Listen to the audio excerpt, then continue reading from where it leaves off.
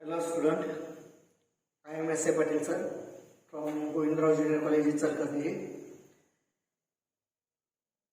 गेल्या तासाला आपण एक्सरसाइज 1.3 मधील 3 क्वेश्चन्स पर्यंत आपण आलेलो आहोत. अप टू 3 क्वेश्चन्स आपण कंप्लीट केले. आज त्यातला शेवटचा क्वेश्चन, चौथा क्वेश्चन आपण स्टार्ट करूया. Write converse, inverse and contrapositive. Question 4. Write converse, inverse and contrapositive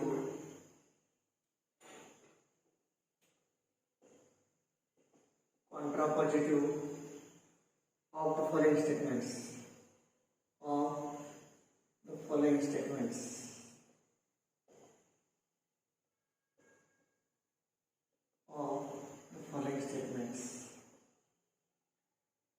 यामध्ये आपण बघितलेलं आहे कॉन्व्हर्स, इनव्हर्स आणि कॉन्ट्रापॉझिटिव्ह लिहित असताना पुढचं स्टेटमेंट असं असेल P implies Q.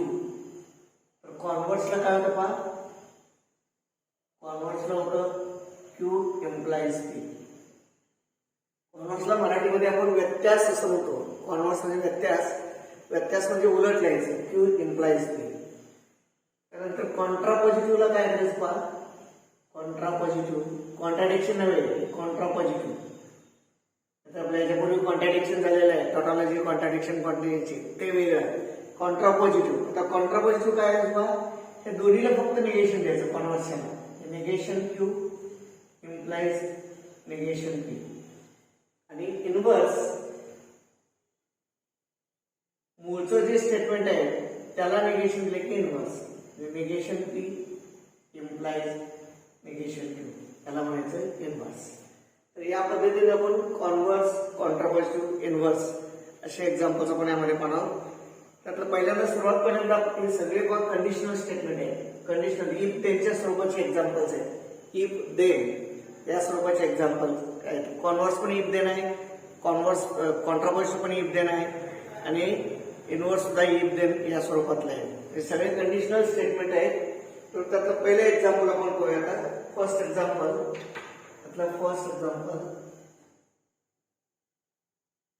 if x less than y,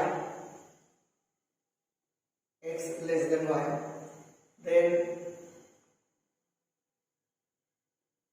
x square less than y square or xy belongs to R.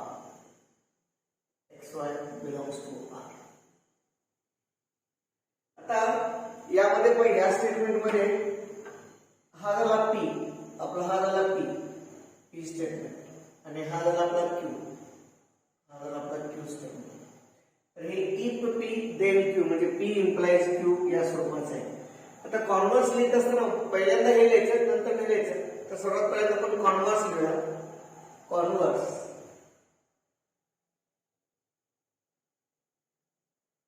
कसं नका Q इम्प्लाइज P, पहिल्यांदा हे मग नंतर नाही. If x square less than y square, then x less than y. याचा व्यत्यास converse. If x square less than y square, then x less than y. आता कॉन्व्हर्स मधला हा Q, if Q then P म्हणजे Q implies P. हा कॉन्व्हर्सला. तर कॉन्व्हर्सच्या दोन्ही स्टेटमेंटला आपण निगेशन दिलं की त्याला म्हणायचं कॉन्ट्रापॉझिटिव्ह. तर कॉन्ट्रापॉझिटिव्ह कसं ते पण कॉन्ट्रापॉझिटिव्ह.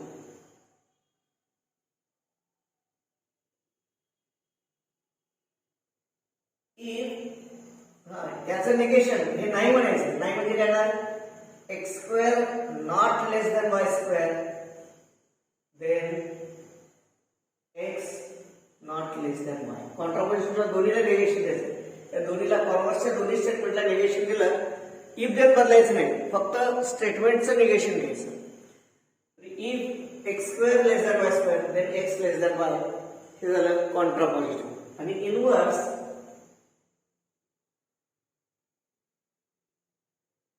म्हणजे तर मूळच्या स्टेटमेंटचे प्रत्येक स्टेटमेंट जे आहे त्याला निगेशन द्यायचं. म्हणजे कसं आहे बाबा, इफ हे नाही देन हे नाही बरोबर यामध्ये, if x not less than Y then x square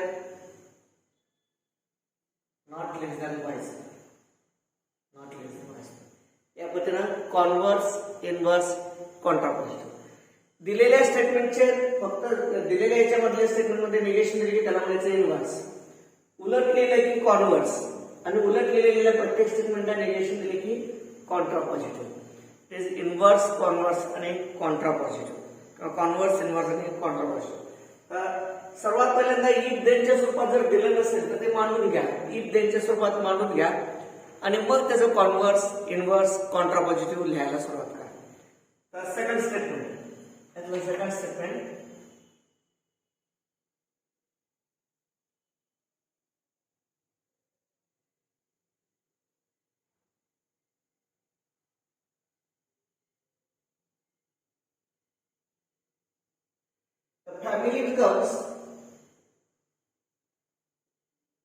the family becomes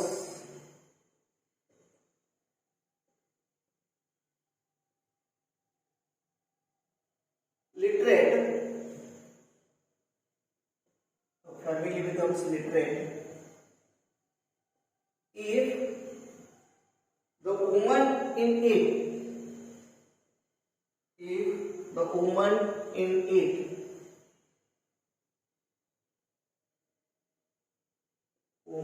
in it is literate,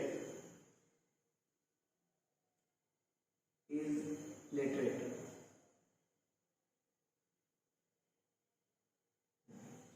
काय म्हणते पहा, एखादं कुटुंब सुशिक्षित असण्यासाठी त्या घरातील स्त्री सुशिक्षित असायला पाहिजे असं यामध्ये इफ देन दिले. म्हणजे कुटुंब आता यातलं असायला पाहिजे. आता हे कोणत्या स्वरूपाचं आहे पहा एक्झाम्पल, इफ देन दिलेले नाही तर हे क्यू इफ पी या स्वरूपाचं. आपण एकूण इफ देन हे 8 प्रकारे म्हणता येते असलेले आहे.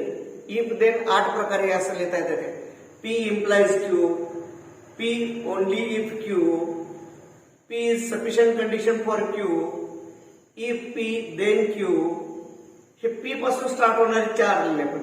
याच्या उलट Q follows from, Q पासून सुरुवात होणार आता Q follows from P, Q if P. आता ते या प्रकारात मोठे पाहिजे Q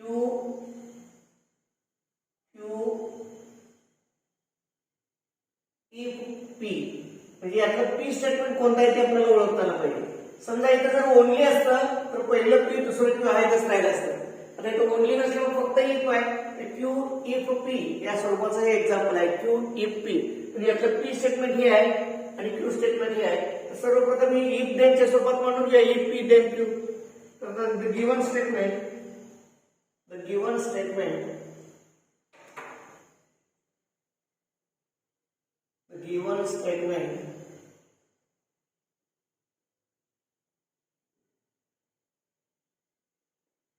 can be written, the given statement can be written in the form if then as. पहिल्यांदा ते इफ आणि देनच्या स्वरूपात दिलेले स्टेटमेंट मांडून घेऊया. कसं आहे पहा, त्यातलं पी स्टेटमेंट आहे म्हणजे if the woman in a family, in if हे in कशा बदलाव पडले तो फॅमिली बदलाव पडले. in a family is literate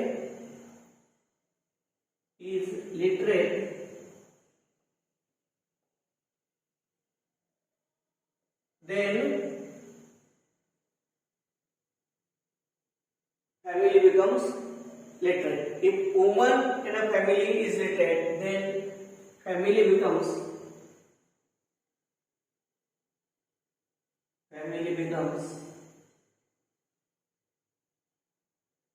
literate.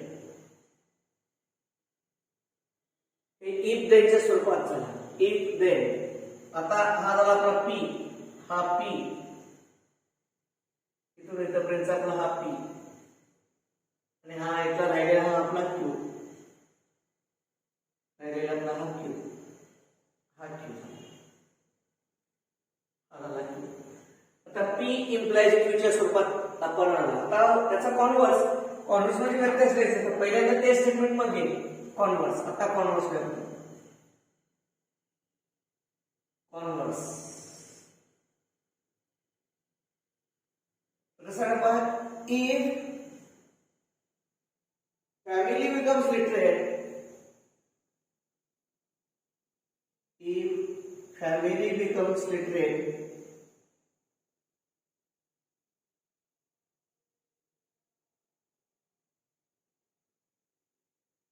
if family becomes literate, then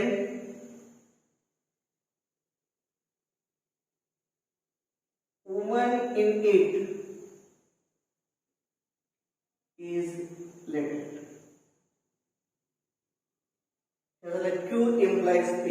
हा झाला P, हा झाला Q. तर Q implies P म्हणजे पहिल्यांदा ते if family becomes literate, then woman in it is literate. हे झालं कॉन्व्हर्स.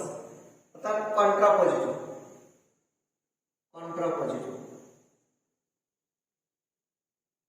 कॉन्ट्रापॉझिटिव्ह. कॉन्ट्रापॉझिटिव्ह कसं येतं यामध्ये? कॉन्व्हर्सचे दोन्ही स्टेटमेंटला फक्त निगेशन करायचं. Family, if family does not become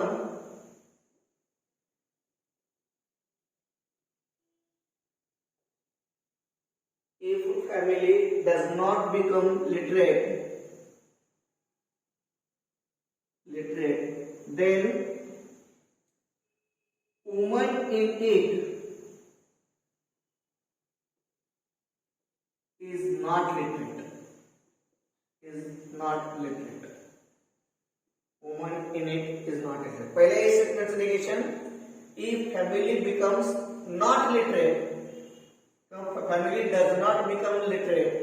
If family does not become literate, then woman in it is not literate. Woman in it is not literate. That is the contrapositive. आणि आता inverse आपण बनवतो. Inverse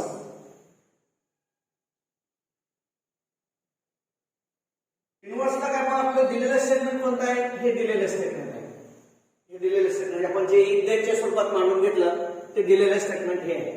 आता याच्या प्रत्येक स्टेटमेंटला negation दिलं की त्याला म्हणायचं इनवर्स. तर कसं केलं पाहिजे?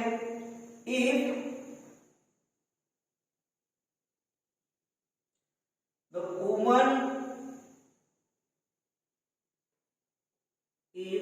the woman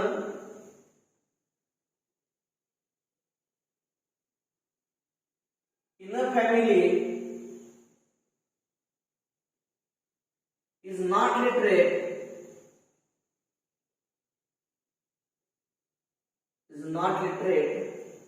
then family does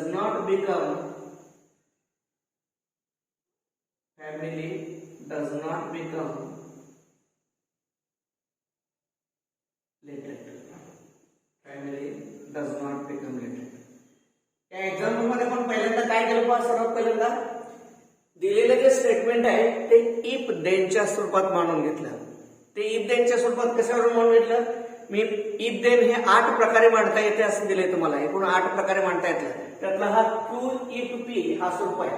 Q if P या स्वरूपात म्हणजे यातलं पी हे आहे आणि हे क्यू आहे. तर if then if P then हे स्वरूपात कसं पण मांडून घेतलं पहिल्यांदा ते. आणि मग त्याचं कॉन्व्हर्स, इनव्हर्स, कॉन्ट्रापोजिटिव्ह. कॉन्व्हर्स म्हणजे पहिल्यांदा सेकंड मग फर्स्ट. कॉन्ट्रापोजिटिव्ह या दोन्ही स्टेटमेंटला negation. Family does not become literate, then woman is not literate. त्यानंतर if the woman in a family is not literate as a negation, is not literate, then family does not become literate. म्हणजे सर्वात पहिल्यांदा converse, inverse किंवा कॉन्ट्रापोजिटिव्ह करत असताना दिलेलं statement if then आहे का बघा. नसेल तर ते करून घ्या. पहिल्यांदा इफ देनच्या स्वरूपात करून घ्या आणि मगच त्याचा कॉन्व्हर्स. त्यास कॉन्ट्रापॉझिटिव्ह आणि इनव्हर्स म्हणतात. लक्षात आलं का? कॉन्व्हर्स म्हणजे उलट म्हणणे, कॉन्ट्रापॉझिटिव्ह म्हणजे उलट मानलेल्याला निगेशन देणे आणि इनव्हर्स म्हणजे दिलेल्या स्टेटमेंटला निगेशन देणे. या पद्धतीने कॉन्व्हर्स, इनव्हर्स आणि कॉन्ट्रापॉझिटिव्ह आपण पाहतो. त्यानंतर यातला थर्ड क्वेश्चन पाहू आपण. If surface area decreases, if surface area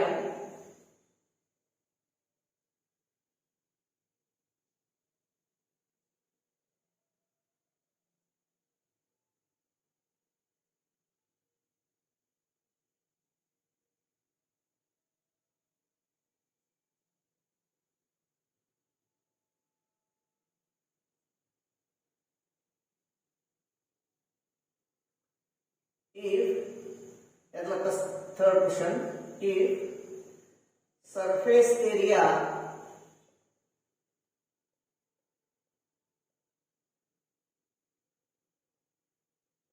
decreases, if surface area decreases, then pressure increases, then pressure increases, pressure increases, pressure increases. पहा काय दिलं तर इफ देनच्या स्वरूपात आपल्याला मांडलेलं आहे. इफ देन या स्वरूपात मुळातच दिलेलं आहे. त्यामुळे सरळ आता कॉन्व्हर्स म्हणजे उलट लिहायचं. पहिल्यांदा हे घ्यायचं, नंतर हे घ्यायचं. कॉन्ट्राला याचं निगेशन, मग याचं निगेशन, आणि इनव्हर्सला याचं निगेशन आणि मग याचं निगेशन. या पद्धतीने पण यायचं. आता कॉन्व्हर्स कसं येईल मग? Converse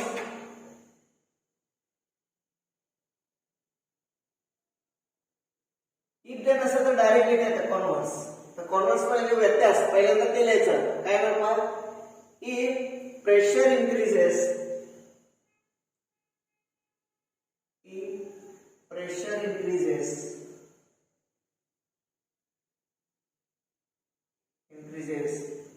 then surface area decreases. Surface area decreases. हे असेल तर हे if pressure increases then surface area decreases. उलट लिहायचं, याला म्हणायचं कॉन्व्हर्स. आता उलट लिहिलेल्या प्रत्येक स्टेटमेंटला निगेशन दिले की त्याला म्हणायचं कॉन्ट्रापॉझिटिव्ह. कॉन्ट्रापॉझिटिव्ह फक्त स्टेटमेंटला निगेशन द्यायचं, स्टेटमेंटचं निगेशन करायचं. स्टेटमेंटला निगेशन इफ देन राहणारच contrapositive. Contrapositive if pressure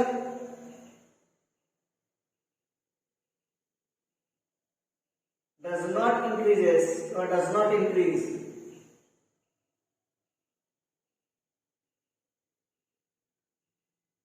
if pressure does not increase or do not increases, pressure does not increase, then surface area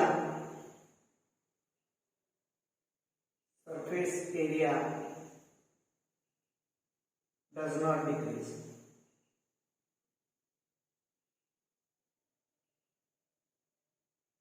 किंवा इथं डू लिहिलं असेल तर डू नॉट डिक्रीजेस, इथं डू लिहिलं असेल तर इन्क्रीजेस. या पद्धतीने होतं. इफ प्रेशर नॉट इन्क्रीजेस किंवा pressure does not increases, then surface area does not decrease. हे या पद्धतीने याचं कॉन्व्हर्स झालं. नंतर इनव्हर्स दिलेल्या स्टेटमेंटला निगेशन.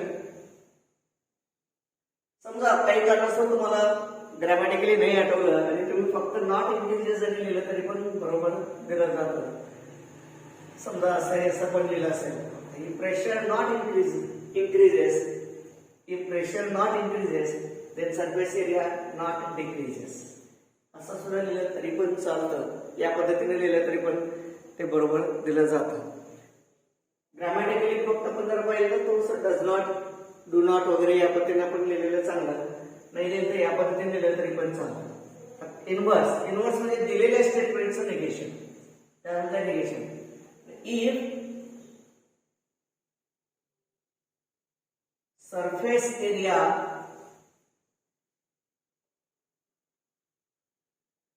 असं लिहिलं तरी चालतं. Not decreases surface area not decreases, then pressure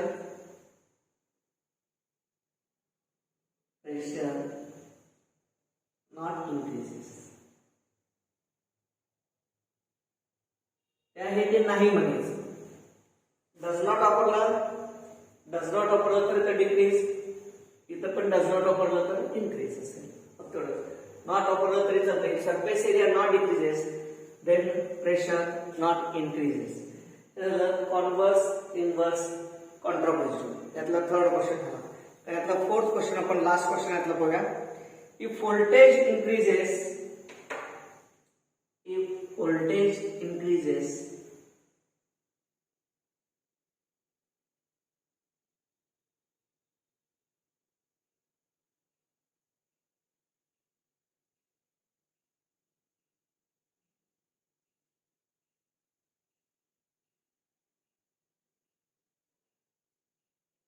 यातला चौथा प्रश्न. If voltage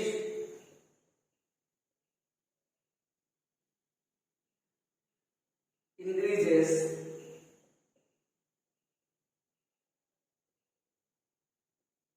then current decreases. आताप्रमाणे तुम्ही हे करून होमवर्क साठी if voltage increases then current decreases. Converse, if current decreases then voltage increases. Contrapositive, if current not decreases then voltage not increases. And inverse, if voltage not increases then current not decreases. Converse, inverse, contrapositive तुम्ही घरी सोडवून आणायचं आहे. हे आपले converse inverse हे exercise complete झालेलं आहे. आता आपण काही सम स्टँडर्ड रिझल्ट्स पण आहोत. सम स्टँडर्ड रिझल्ट्स किंवा इम्पॉर्टंट रिझल्ट्स म्हणा, सम किंवा लॉज म्हणा, some standard results.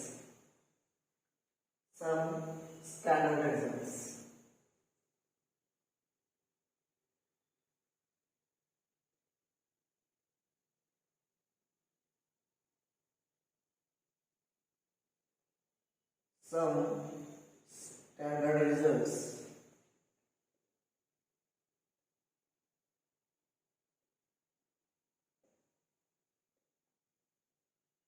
One laws वेगवेगळे लॉज यामध्ये आपण बनवू की ज्याचा उपयोग आपल्याला निगेशन किंवा निगेशन वगैरे करताना उपयोगी आपल्याला याचा उपयोग होईल. तर त्यातला पहिला लॉ फर्स्ट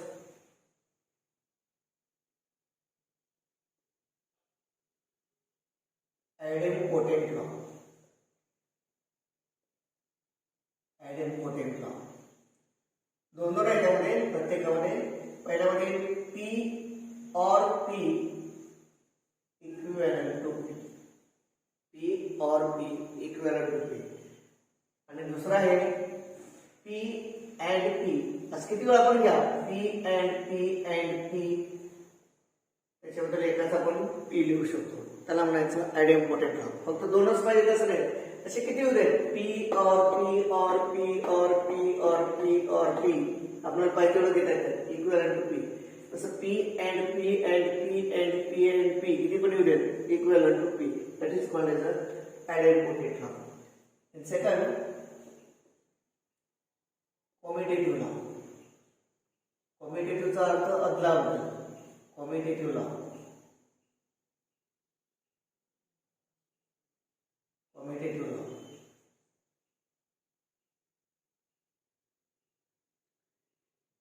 त्यामध्ये दोन स्टेटमेंट लागतात. P और Q हे मी असं सुद्धा लिहू शकतो Q और P. उलट अदला बदल करता येतं. P और Q we can write Q और P. तसंच अँड मध्ये सुद्धा आपल्याला करता येतं. P and Q is equivalent to Q and P.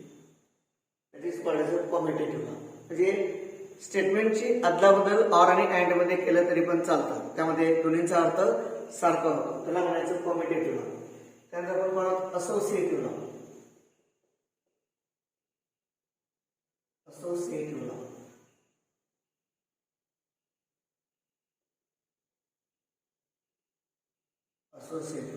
Associative law साठी 3 स्टेटमेंट लागतात. P or Q or R equivalent to. आता इथे Q or R चं परत P शी R घेतलं काय किंवा P or Q लिहून मग नंतर ना R लिहिलं तरी चालतं. Is equivalent to P or Q. मी हे दोन घेऊन नंतर ना R असं घेतलं तर पण चालतं. या दोन्हींचा R घेऊन नंतर ना P शी R घेतलं काय आणि P or Q घेऊन मग नंतर ना R घेतलं चालतं काय किंवा तिन्ही असं लिहिलं तरी पण चालतं. or that is equivalent to P or Q or R असं लिहिलं तरी पण चालतं. यातलं कुठलं पण तुम्ही P आणि R सुद्धा एकत्र लिहू शकता. P or R or Q असं लिहू शकता. हा असोसिएटिव्ह लॉ R तुला पहिला आला. अँड मध्ये यातलं कसं येतं पण P and Q and R equivalent to P and Q and R. ह्या दोन्हीचा अँड घेऊन मग याच्यामध्ये अँड घेतलं काय किंवा पहिल्या दोन्हीचा अँड घेऊन नंतर ना R शी अँड घेतलं काय दोन्हीचा अर्थ एकच आहे किंवा हेच मी असं लिहू शकतो P and Q and R. P and Q and R कुठेही ब्रॅकेट न घालता कारण दोन्ही ठिकाणी अँड आहे तो पण आहे जर तो दोन्ही ठिकाणी R असेल तर आपण या पद्धतीने म्हणू शकतो. त्याला म्हणायचं असोसिएटिव्ह लॉ. त्यानंतर आपण चौथा पाहतो distributive law. Distributive law.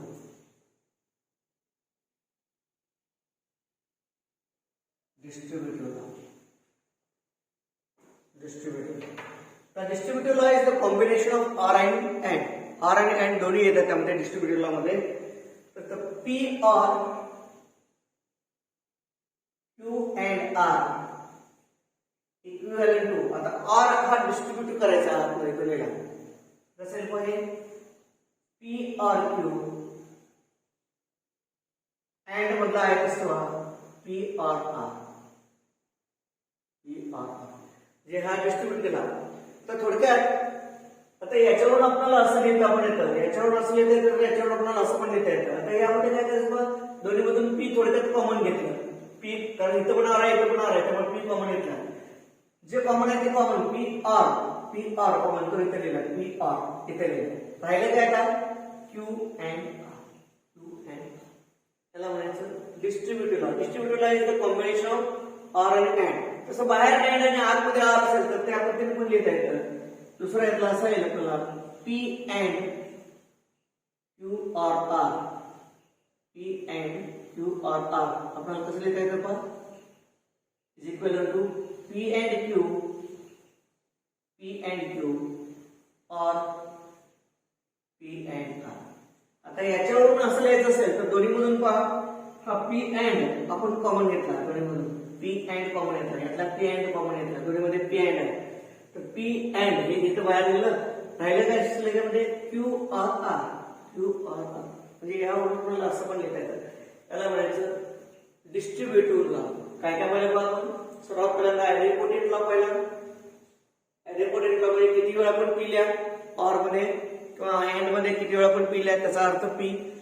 कॉम्युटेटिव्ह law मध्ये अदला बदल करता येते ऑर मध्ये सुद्धा आणि अँड मध्ये अदला बदल करता येते. असोसिएटिव्ह लॉ मध्ये दोन्ही ऑर असताना कुठलं पण ऑर कुठेही लिहू शकतो आपण म्हणजे कुठलेही स्टेटमेंट कुठेही लिहू शकतो. P or Q घेऊन मग R लिहिलं चालतं किंवा P or R घेऊन मग Q लिहिलं तर चालतं R Q लिहिलं चालतं. त्याला म्हणून डिस्ट्रीब्युटिव्ह लॉ असोसिएटिव्ह लॉ. त्यानंतर डिस्ट्रीब्युटिव्ह लॉ मध्ये R आणि AND चं कॉम्बिनेशन आहे R आणि ANड. तर R हे डिस्ट्रीब्युट केला पण दोन्ही याला पण केलं आणि याला पण केलं म्हणून डिस्ट्रीब्युट आहे. इथं अँड डिस्ट्रीब्युट केला याला पण केलं आणि याला पण केलं डिस्ट्रीब्युटिव्ह लॉ. आता D Morgan's law.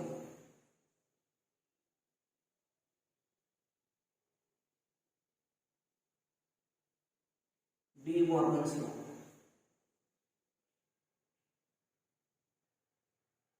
Negation of P or Q असेल negation of P or Q. Set थेट मध्ये निगेशनचा अर्थ कॉम्प्लिमेंट म्हणजे ते नाही ते सोडून तसं आहे तर निगेशन. याच्यामध्ये पण लॉजिक मध्ये त्याला पण निगेशन असं म्हणतो. Negation of P or Q आपल्याला कसं द्यायचं पण P ला पण द्यायचं Q ला द्यायचं आणि R चा अँड होतो हे आपण बघितलंय त्याच्यावरचं एक्झाम्पल सुद्धा बघितलंय. निगेशन ऑफ P निगेशन करत असताना दोन्हीला निगेशन द्यायचं आणि ऑरचं अँड होतं. त्या पद्धतीनं अँड मध्ये negation of P and Q equivalent to negation of P or negation of P. Negation of P or negation. दोन्ही स्टेटमेंटला निगेशन अँड सो ऑर दोन्ही स्टेटमेंटला निगेशन. त्यानंतर आपण बनवतो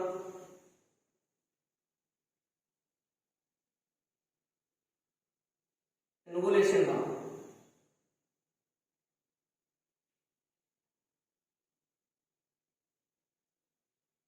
Involution law. The involution law, it is the combination of or and असंच आहे, याच्या प्रकारेच आहे. फक्त काय पाहायमध्ये असंच आहे, P or P and Q असं जर असेल, or and and चं कॉम्बिनेशन आहे इन्व्होलेशन लॉ म्हणजे डिस्ट्रीब्युटिव्ह लॉ प्रमाणेच आहे. फक्त इथं P or दोन स्टेटमेंट सारखे असेल आणि डायरेक्ट याच्याबद्दल आपण P देऊ शकतो. Equivalent to P. आपल्याला दोन स्टेटमेंट जे सारखे आहेत, समजा इथं Q असेल बाहेर, Q or P and Q असेल तर डायरेक्ट आपण त्याच्याबद्दल Q लिहू शकतो. तसंच इथं P and P or Q असेल, इथं बाहेर and आतमध्ये R असेल आणि दोन स्टेटमेंट सारखे असेल तर त्याच्याबद्दल आपण इथं P लिहू शकतो. इथं बाहेर Q असेल तर आपण ते Q लिहिलं असतं, कारण जे दोन स्टेटमेंट सारखे आहेत त्याला म्हणायचं इन्व्होलेशन. त्यानंतर 7 identity law.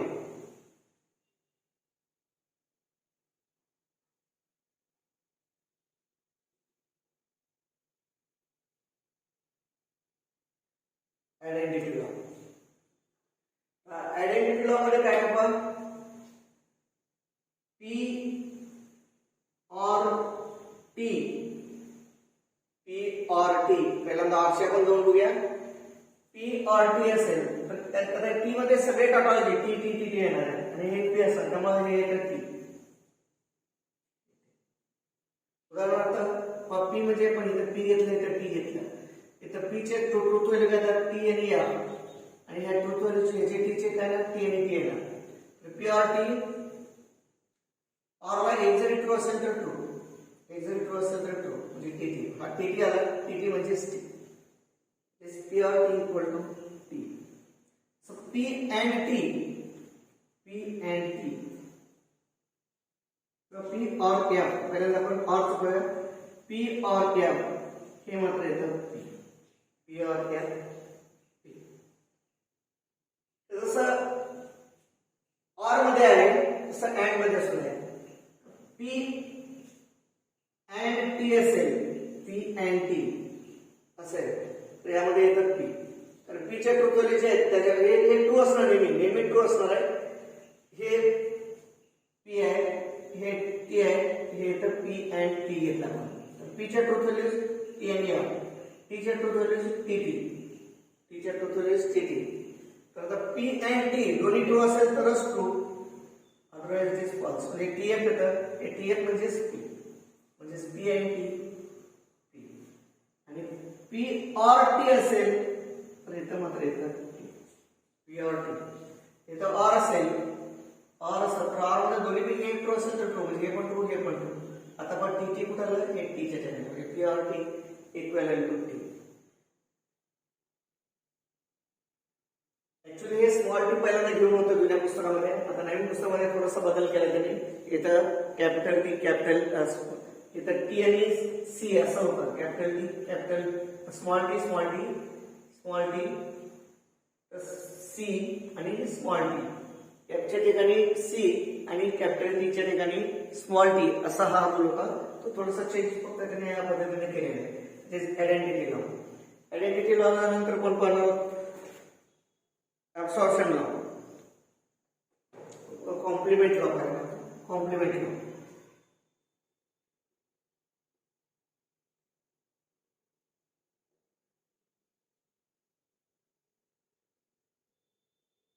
Complement law.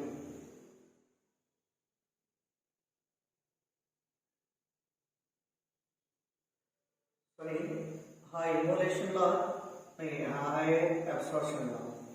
Absorption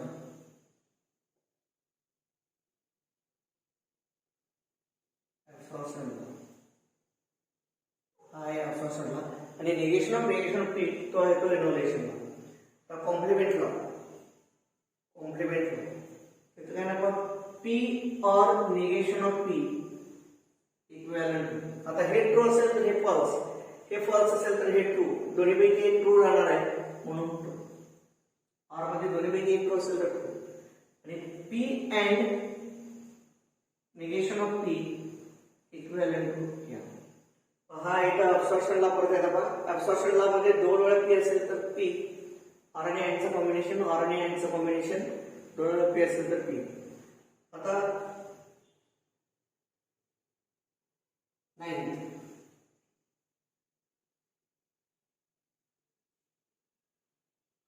absorption law झालं, आयडेंटिटी लॉ झालं, कॉम्प्लिमेंट लॉ झालं. आता आपण यानंतर पाहणार आहोत conditional law.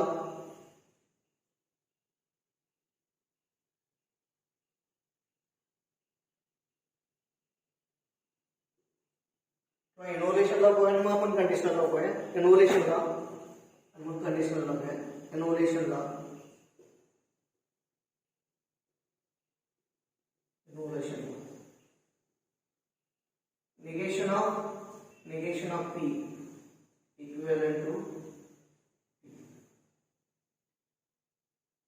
Then negation of T equivalent to F, negation of F equivalent to T.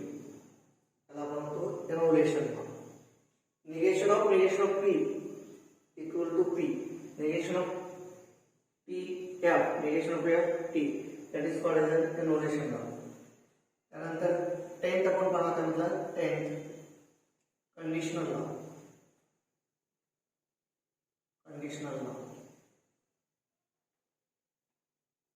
Conditional law. हा कंडिशनल लॉ काय पण P implies Q आपल्याला R च्या स्वरूपात म्हणता येतो. P implies Q हे कंडिशनल आहे. if P then Q म्हणजे कंडिशन झाली आहे. हे असं असेल तर हे असं असू शकतं. if P then Q तर आपल्याला R च्या स्वरूपात म्हणता येतं आणि तो आपल्याला असं येतो पहिल्याचं negation not P or Q, not P or Q. खास करून लक्षात ठेवा कंडिशनल लॉ. बऱ्याच वेळा आपल्याला याचं निगेशन लिहायला येतं, तर जोपर्यंत हे इंटिग्रेशनचं रूपांतर आर मध्ये आपण करू शकत नाही तोपर्यंत त्याचं निगेशन लिहिता येत नाही. हे पहिल्यांदा आर मध्ये रूपांतर असं येतं आणि मगच आपल्याला त्याचं निगेशन मांडायचं आहे. P implies Q is equivalent to not P or Q. आणि बाय कंडिशनल लॉ शेवटचा लास्ट बाय कंडिशनल लॉ यातला 11th law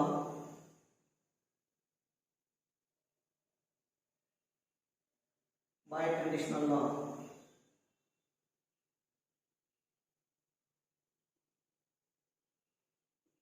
By conditional law, the P implies and implied by Q is equivalent to हे आपल्याला असं म्हणता येतं P implies Q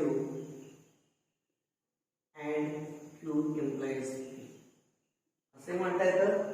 किंवा हेच परत सिंगल इम्प्लिकेशन आपल्याला R मध्ये असं म्हणता येतं not P or Q and not Q or P. असे हे लॉज आहेत. हे लॉज आपल्याला निगेशन करताना without using truth table simplify the following किंवा show that the following, prove that the following असं जर विचारलं तर आपल्याला हे लॉज आपल्याला वापरायला लागतात. परत एकदा पहा आयडेंटिटी लॉ मध्ये काय तर पहा किती वेळा पण पिल्या ऑर मध्ये that is equal to P and मध्ये पण तसंच. हे दोन्ही एक आणि हे इथं पहा थोडक्यात आपण जर ऑब्झर्व केलं तर याचा ड्युएल हा आहे. ड्युएल करताना ऑरच्या ठिकाणी अँड अँडच्या ठिकाणी आपण ऑर करतो फक्त. हे एक प्रकारचे ड्युएल्स पण आहेत. तर याचा ड्युएल हा आहे, याचा ड्युएल हा आहे, याचा ड्युएल हा आहे, याचा ड्युएल हा आहे. आणि या पद्धतीने सुद्धा लिहिलं तर काय पहा हे दोन्ही एकमेकांचे ड्युएल्स आहेत. आयडेंटिटी लॉ यातला हा लॉ थोडा मी एक्स्ट्रा दिलेला आहे यामध्ये पुस्तकामध्ये तुमच्यामध्ये हा इनोव्हेशन लॉ दिलेला नाही, इनोव्हेशन लॉ दिलेला नाही, तो एक एक्स्ट्रा आहे. negation of P that is P, negation of T equal to F, negation of F equal to T. असे एकूण एवढे लॉज आपण यामधले पाहिलेले आहेत. तर यावरचा एक्सरसाइज 1.4 आपण पाहायचा आहे. एक्सरसाइज 1.4 आपण नेक्स्ट टाइमला पाहूया.